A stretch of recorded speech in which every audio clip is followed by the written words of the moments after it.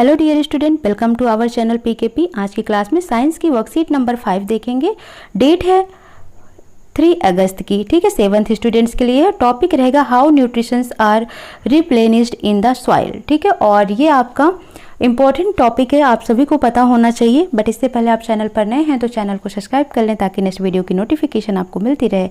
So start करते हैं class को। How nutritions are replenished in the soil.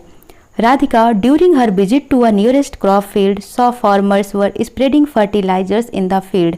She saw the same in the garden where gardener was using manure in lawn or in pots. She wondered why they are doing so. ठीक है, जब राधिका कहाँ पर अपने crop field के around घूम रही थी तो उसने फार्मर्स को क्या देखा कि वो खेतों में फर्टिलाइजर्स डाल रहे हैं। और सेम उसने गार्डनर्स को यानी कि माली को भी सेम यही करते हुए देखा कि वो अपने लॉन में क्या कर रहा था, फर्टिलाइजर्स का यूज कर रहा था। तो वो उसको बड़ा ही वंडर हुआ यानी कि आश्चर्य हुआ कि वो ऐसा क्यों कर रहे हैं। सो यहाँ पर फर्टिलाइजर और मैन्योर का डिफिनेशन दे रखा है। जो फर्टिलाइजर्स होता है ये केमिकल सब्सटेंस होते हैं। केमिकल का मतलब ये केमिकल तरीकों से तैयार किए जाते हैं। Which provide nutrients to plant mainly nitrogen, phosphorus and potassium, यानी कि NPK ये प्रोवाइड करते हैं किसको, प्लांट को। ये एक न्यूट्रिशंस हैं। नाइट्रोजन, फास्फोरस, पोटेशियम क्या है, न्यूट्रिएंट्स हैं जो कि प्लांट को चाहिए। और ये कहाँ से मिलते हैं, फर्टिलाइजर्स और मैन्योर से मिलते हैं। जो मैन्योर होता है ये ऑर्गेनिक सब्सटेंस होते हैं which are obtained from decaying parts of plant and animal excreta and provide nutrients to plant. ठीक है, तो जो मैन्योर है ये भी न्यूट्रिएंट्स प्रोवाइड कराते हैं। कहाँ से मिलते हैं, डेड डिकाइंग पार्ट होते हैं जो प्लांट के, या फिर एनिमल एक्सक्रीटा जो होता है वहाँ से इनको प्रोड्यूस किया जाता है। Plants absorb mineral nutritions from the soil for their growth and good health. जो प्लांट है वो अपने गुड हेल्थ के लिए, ग्रोथ के लिए उनको ये मिनरल न्यूट्रिएंट्स चाहिए जो कि उनको कहाँ से मिलता है, सॉइल से मिलता है। So the amount of these nutrients keep on decreasing in the soil. इसलिए जो मिट्टी में, सॉइल में इनका अमाउंट होता है पोषक का, न्यूट्रिशंस का, वो क्या होता है, डिक्रीज होता जाता है। इसलिए सॉइल को क्या करना होता है, फर्टिलाइजर और मैन्योर देना होता है। Fertilizers and manure contain plant nutrients such as nitrogen, potassium and phosphorus etc. These nutrients need to be added from time to time to enrich the soil. Among all nutrients, plant require nitrogen in large amount. ठीक है, मतलब हैं तो बहुत सारे nutrients लेकिन सबसे ज़्यादा किसको चाहिए होता है, नाइट्रोजन को चाहिए होता है।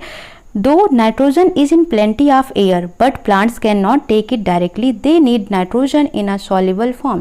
यानी आपको पता है एटमॉस्फेयर में जो नाइट्रोजन है वो 78% है, ऑक्सीजन 21% है, कार्बन डाइऑक्साइड 0.03% है। तो नाइट्रोजन ही सबसे ज़्यादा है, लेकिन जो प्लांट है वो डायरेक्टली इसको नहीं ले सकते हैं। इसलिए उनको क्या चाहिए, ये नाइट्रोजन सोल्यूबल फॉर्म में चाहिए। और सोल्यूबल फॉर्म उनको कहाँ से मिलता है, मिट्टी से, यानी कि सॉइल से मिलता है। The bacterium called rhizobium, which lives in the root of gram, peas, mung beans and other legumes, can take atmospheric nitrogen and convert it into a soluble form. जो राइजोबियम होता है ये एक बैक्टीरिया है जो कि जो पल्सेज होती हैं उनके रूट्स में पाया जाता है। एटमॉस्फेयर से नाइट्रोजन को ले लेती हैं और इसको सॉल्युबल नाइट्रोजन में कन्वर्ट करके प्लांट को दे देती हैं। मोस्ट ऑफ पल्सेज, जिसको हम दाल बोलते हैं, are obtained from leguminous plant, यानी जो लिग्यूमिनस प्लांट है वहीं से ही ये पल्सेज मिलती हैं। Rhizobium can not make its own food, rhizobium अपना खुद का खाना नहीं बना पाता है। These plants provide food and shelter to the bacteria. So ये जो पल्सेज वाले लिग्यूमिनस प्लांट हैं ये क्या करते हैं, इनको प्रोवाइड करते हैं क्या, फूड और शेल्टर। ठीक है, तो ये क्या कर रहे हैं, एक तरीके से नाइट्रोजन को कन्वर्ट करके सोल्यूबल नाइट्रोजन बना रहे हैं जिसके लिए प्लांट को बहुत हेल्पफुल है। और जो प्लांट है इसको क्या कर रहा है, इसको फूड दे रहा है और शेल्टर दे रहा है। तो दोनों ही एक दूसरे पर डिपेंड है, दोनों ही एक दूसरे की हेल्प करते हैं। इस टाइप के रिलेशनशिप को सिम्बायोटिक रिलेशनशिप बोला जाता है। What is symbiotic relationship? The relationship between two organisms in which both get mutual benefit, यानी कि दोनों को ही बेनिफिट मिले, वो symbiotic relationship होता है। Now questions are given here and you will need to give answer. Write one difference between fertilisers and manure. तो आपको इसका आंसर्स लिख लेना है। ये पॉइंट पूरा ही आपका आंसर 1 हो जाता है। ठीक है, तो ये फर्टिलाइजर है, ये मैन्योर है, दोनों को डिफिनेशन लिख देना है, यही दोनों के डिफरेंसेज हैं।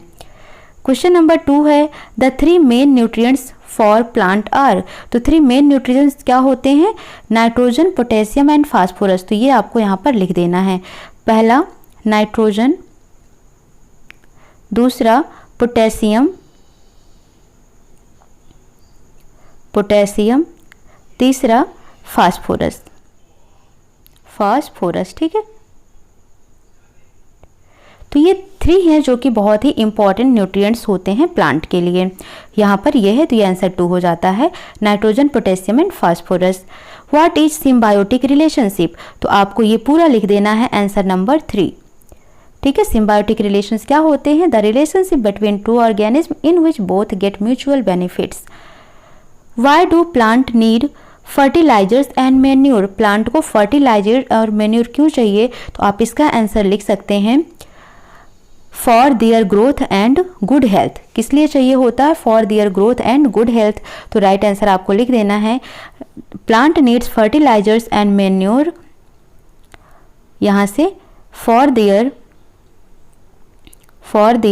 ग्रोथ एंड गुड हेल्थ, ठीक है, गुड हेल्थ।